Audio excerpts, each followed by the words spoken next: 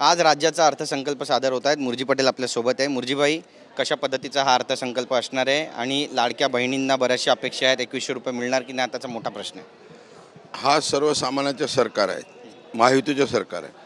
माननीय मुख्यमंत्री आणि उपमुख्यमंत्री दोघे उपमुख्यमंत्री हा 24 तास काम करणार आहेत।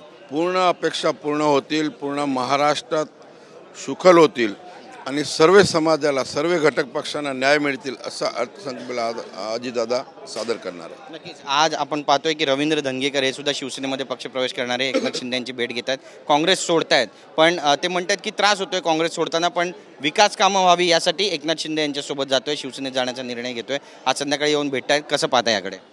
धंगेकर साहेब आज प्रवेश करतात, त्यांना मी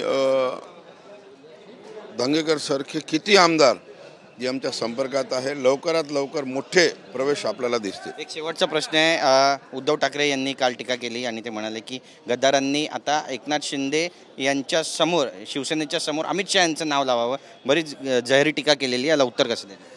आता उद्धव ठाकरे साहेबांना विचार केला पाहिजे की महाराष्ट्र सरकारने त्यांची काय हालत केली आहे। घरी बसवलं, आता थोडं शांतपणे बसावं अशी माझी एक छोट्या कार्यकर्त्याची विनंती। धन्यवाद आमच्याशी बातचीत केल्याबद्दल। कॅमेरा पर्सन योगेश गुरवसा, गिरीश गायकवाड, TV9 मराठी, मुंबई।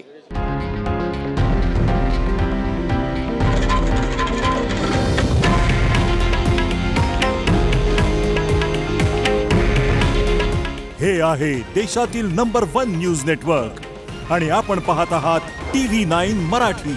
काळजी तुमची, हित महाराष्ट्राचं।